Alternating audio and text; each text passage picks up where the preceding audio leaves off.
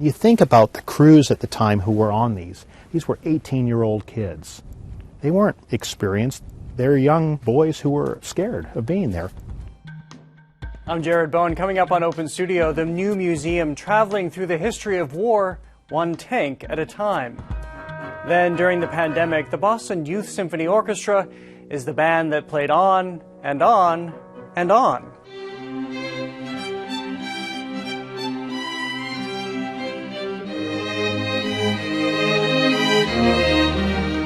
Plus, America, the beautiful and unvarnished.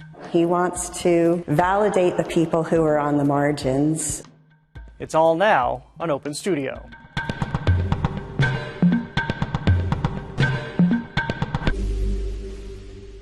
First up, one of the newest museums in Massachusetts is housed in a space the size of an airplane hangar in Stow, a place large enough to exhibit some 50 fully restored tanks and armored vehicles. It's an awesome array, but make no mistake, the American Heritage Museum has a mission of remembrance. Step onto the mezzanine of the American Heritage Museum and you survey what seems, from a distance anyway, like a sea of overgrown toys. They are anything but.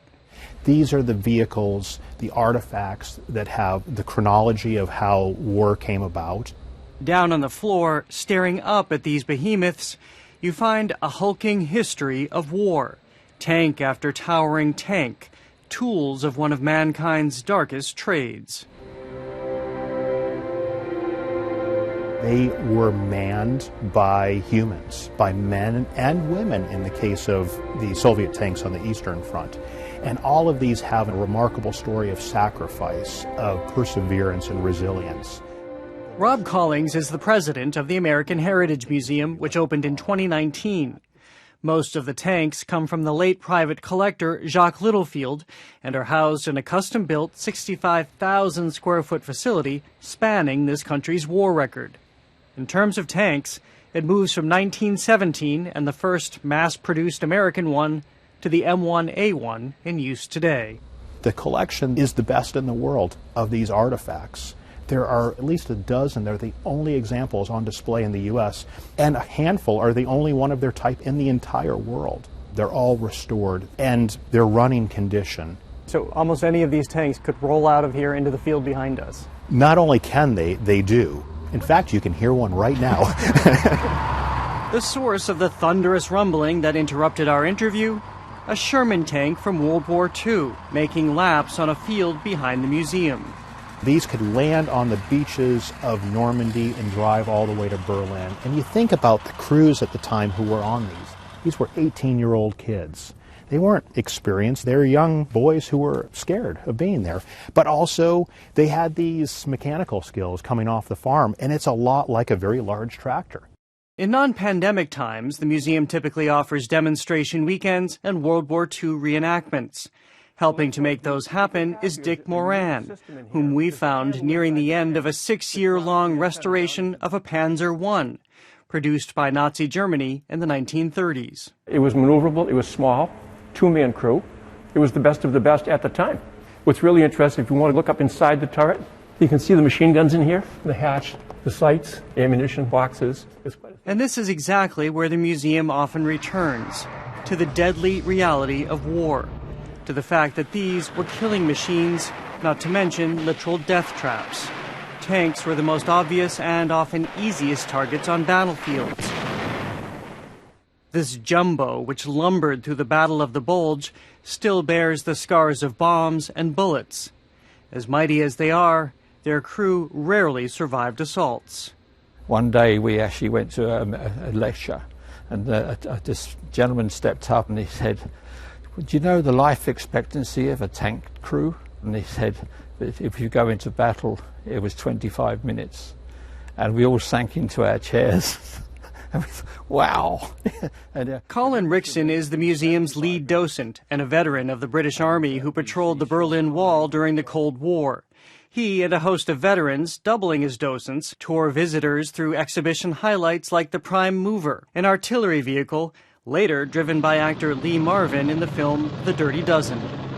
They visit the Higgins boat that delivered infantry onto the beaches of Normandy on D-Day, and the so-called Churchill crocodile, which incinerated anything and anyone in its path. This is my father's uniform that he wore when he was commander on a troop of Churchill crocodiles that went ashore. The personal is paramount here. Rickson says a steady stream of veterans now make pilgrimages to the museum with their families. Is it good? Is it bad as they remember all of these things, seeing all of these pieces? So many of them, it brings a story to them, it helps them, because they're able to talk about it now. That's the way to get over it, because you bottle it up inside you. And it's where the museum leaves us, with 5 men, part of a U.S. Marine tank crew, who saw their commander, Marine Sergeant George Ulloa, killed in an IED explosion during the Iraq War. In this video, they discuss the attack in front of his now restored tank. They blew up. It's a very cut and dry reminder that everything here holds a history of horror, making this the rare museum that in one regard hopes to never expand. A lot of people will say, coming in here, is this a museum that glorifies war? And by the time they get to the end, they realize it's an anti-war museum. Because to totally understand war, you will never want it again.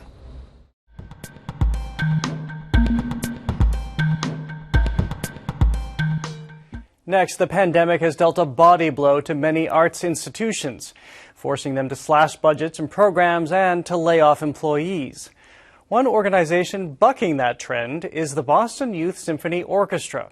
It's increased staff and raised more money in order to serve more students, all the while presenting concerts like this one.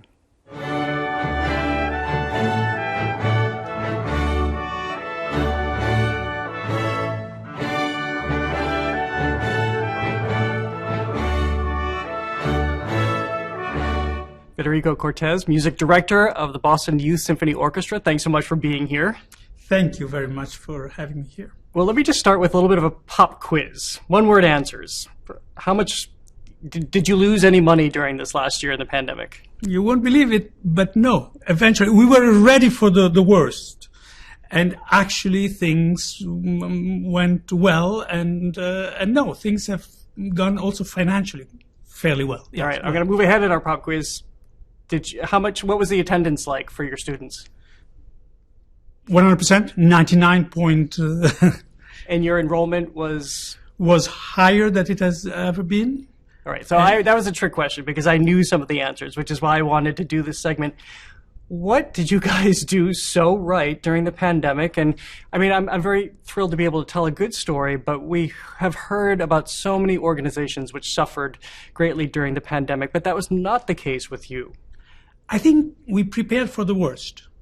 And we tried to change our programs, what we were offering, and adjust it to support the students, and at the same time to offer something that was viable, possible, and fruitful. Well, let me back up a little bit. For people who don't know the orchestra, what is the orchestra? What is the caliber of students that you have playing with you? Well, it's a system of youth orchestras, and most of them start when they're very little, like 6-year-old, 7-year-old, and they go all the way to the end of high school. And it's a system, let's say, of pyramid of orchestras, and they get training. At the same time, they get the experience of playing in groups. And then when they get to the top orchestra, which I'm lucky to conduct, we do very difficult repertoire. We do full operas.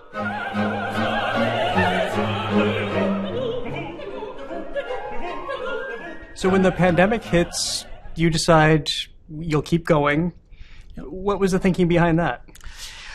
We decided fairly early that we were going to be on remote. So how do you rethink your Sundays, our Sundays? That's when we rehearse. You know, that normally we are in larger groups, and so we decided to have smaller groups. So can you tell how you go down, down, down, down, down, down? That, of course, requires an investment because you need to hire more people, and there is a different ratio teacher-students.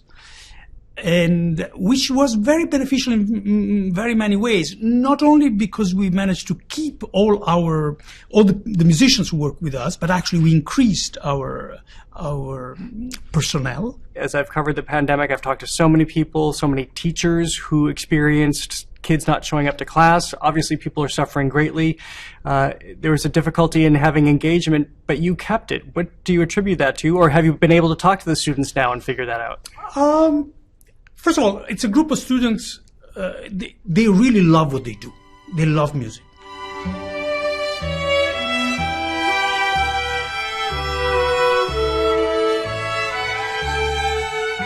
To be sure, kids have suffered during this pandemic. And then it was up to us to be flexible enough to understand when we were asking too much, and we gave, for instance, a couple of Sundays off when we felt that we had given them enough work for quite a while.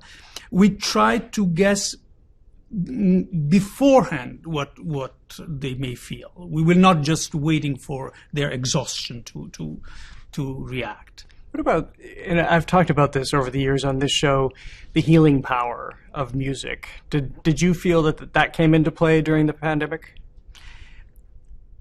You know, for all of us who love music, music is our love, and as all love affairs, it can be difficult and can be wonderful. I think in this case, even in this imperfect way, not complete, it was a wonderful thing for all of us. And I'm putting myself and the coaches for all of us just to be able to talk about music, to coach them, to listen to what they were doing, putting together these remote videos. It's a way for us to be alive, frankly.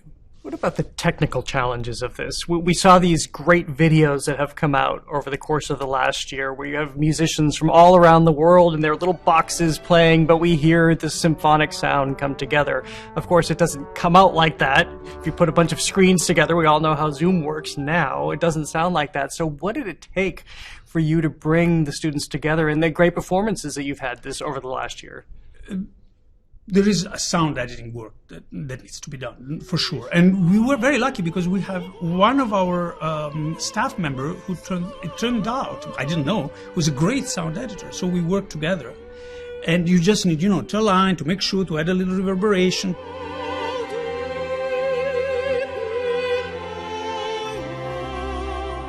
You are releasing Peter and the Wolf, a video. We were talking about videos and tailoring them in this age. Tell me about this piece this year.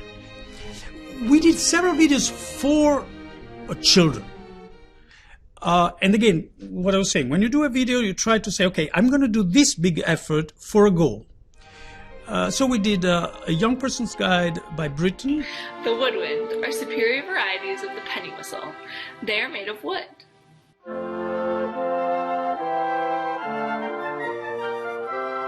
And now Peter and the Wolf.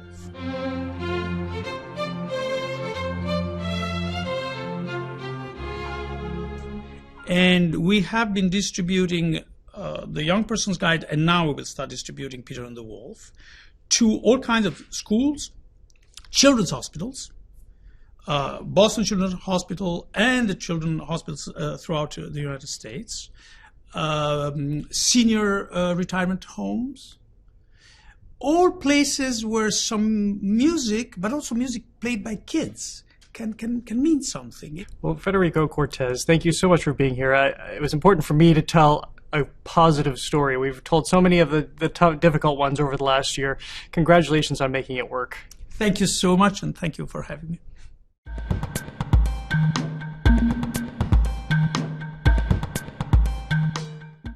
Imagine rowing across the Atlantic. You won't have to after catching a new musical that's part of Arts this week. On Sunday, head to the Addison Gallery of American Art to view Seeing Things in Things, a retrospective featuring more than 60 of Mel Kendrick's sculptures and 2 specially commissioned outdoor pieces.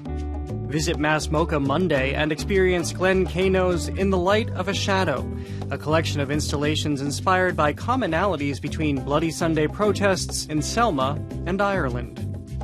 Speaking of Ireland, Tuesday marks Irish writer Samuel Beckett's 115th birthday. His best-known work, Waiting for Godot, was named the most significant English-language play of the 20th century in a British Royal National Theatre poll.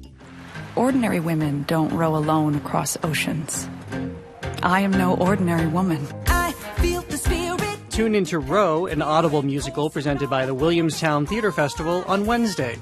This world premiere tells the story of the first woman to row alone across the Atlantic Ocean. Starting Saturday, stream Until the Flood, Merrimack Repertory Theater's play about the aftermath of Michael Brown's killing based on real-life interviews. It's a solo show with a documentary-style approach. Next, this last year has been a time in which we've been taking a hard look at America. In the 1950s, photographer Robert Frank did the same, for better and for worse, in his project, The Americans. This is the last weekend to see the work in its entirety at the Addison Gallery of American Art. So we're revisiting a story we first brought you last fall. This is the America of the 1950s. Champagne chatter, warm nights at the drive-in, and Hollywood poise and glamour. This is also 1950s America, a divide on the streets of South Carolina, political fervor, and labor traced beneath fingernails. This is photographer Robert Frank's America. He wanted to document a civilization. Armed with a Guggenheim Fellowship, the Swiss photographer drove 10,000 miles throughout his adopted country in 1955 and 56, taking some 27,000 photographs and whittling them down to a series of 83. He considered it a poem, says curator Alison Kemmerer. It's not documentary photography. It's not a declaration of America is this or America is that. It's this idea of this kind of rhythm stanza. You hit a flag, you kind of pause, reset, think about where you've been, and then continue the journey. Frank published the series, titled The Americans, as a photo book, first in France and then in the United States in 1959. The Addison Gallery of American Art is one of only 4 museums to own the entire series. It's presented in the same sequence here as in the book. This is a 4th of July picnic in New York. Equality, freedom, opportunity, children in white dresses, that sort of innocent, buoyant energy. However, there's a big but looming here. Yes, and I would say there's a clue, too. The flag itself is transparent. It's kind of like we're seeing through that symbol to see something a little deeper, perhaps. What is behind the veil? So the next image takes us to New Orleans, a trolley car, the racism, the segregation. A little bit later on, the series grows seemingly menacing in the intent faces of 2 hitchhikers Frank picked up in Idaho. Then we're back on the street as a car, in all its energy, races past a group whose racing days are over. Maybe the same for the car in the following photograph, and then life itself in the next. In the early 50s, things had changed. So there's escalating Cold War, the dawn of the civil rights movement, McCarthyism, the Korean War. There was just an underlying anxiety, suspicion, and negativity, which Frank toyed with. In this photograph of a young Kim Novak, we're not actually drawn to the Hollywood actress. And it's less about the starlet than it is about all the gawkers surrounding her. And, you know, it's a very subtle but powerful comment on our celebrity worship and the value we place on fame and glamour. Frank developed a mistrust, even an anger toward the ruling class, especially as he made his way through the segregated South. He was arrested several times on the trip. He was not yet a citizen, so he was a foreigner, he was Jewish, he was held overnight in jail. He wants to validate the people who are on the margins. The photographer returned again and again to symbols of America, lunch counters, cowboys, and jukeboxes. But as you've likely figured out by now, he captures them all with twinges of Hopper-esque loneliness. In fact, the painter Edward Hopper was an influence. There was no prescribed, I am going to do this. It's more, I am going to travel, look, see, feel, and see what I learn. And did he stay an observer or did he interact? He did not interact. There's actually a great image that he cites as one of his favorite of an African-American couple in San Francisco, and they're lying down having a picnic, and they're turning around because they notice him, and it's obviously expressions of suspicion. He loved the way the black couple contrasted against the very white city. When The Americans was published here, critics pounced.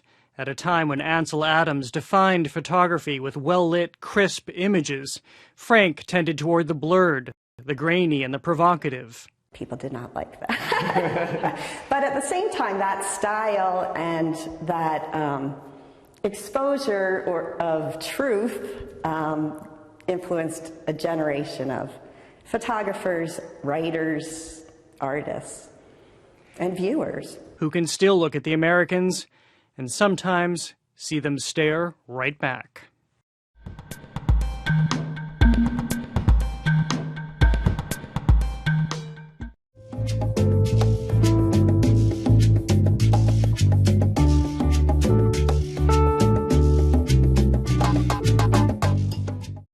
Finally, now we visit the exhibition Beyond the Cape, Comics and Contemporary Art at the Boca Raton Museum of Art in Florida. It looks at the artists who've been inspired by comic books and graphic novels. And a programming note, this was filmed before COVID.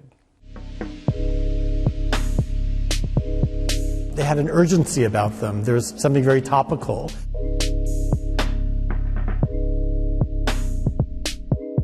So the exhibition Beyond the Cape is really looking at those artists who were inspired by comics, but in different ways.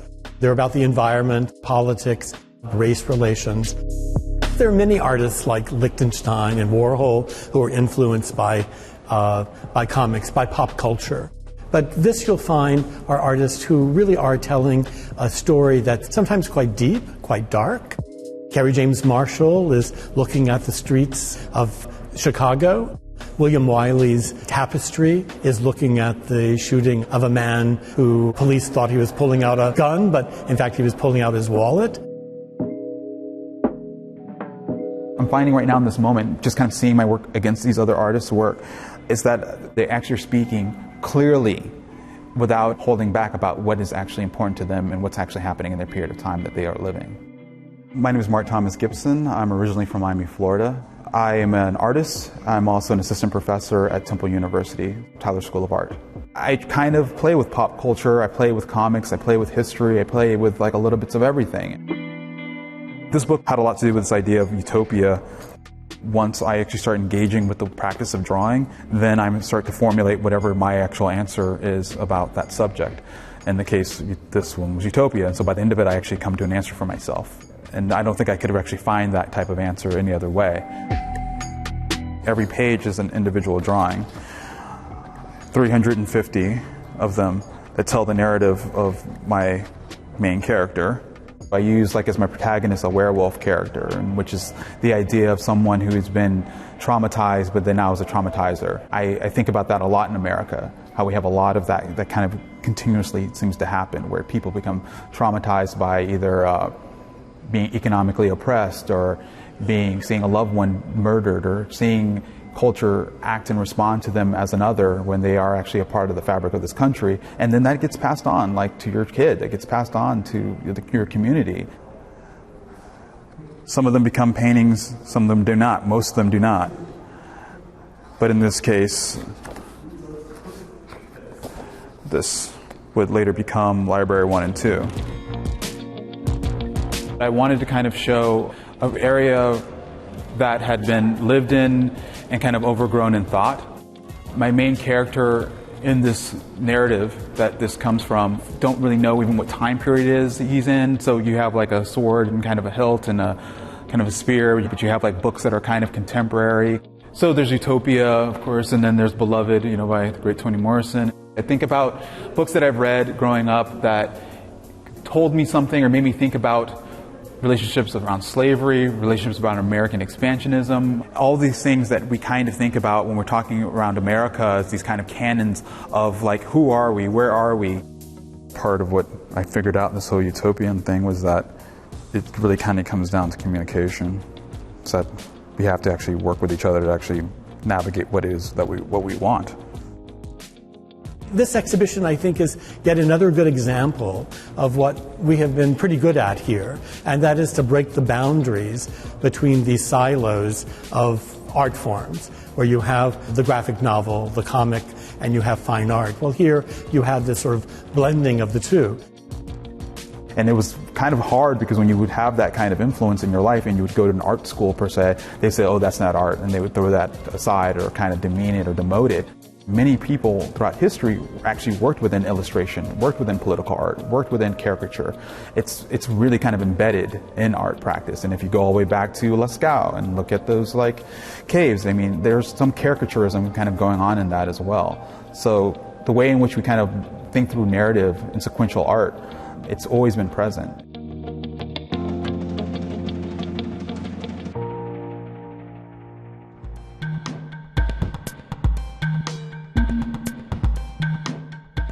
That is all for this edition of Open Studio. Next week, the new documentary Beethoven in Beijing explores the effect the Philadelphia Orchestra had in reintroducing classical music to Chinese audiences after almost a decade of it being outlawed.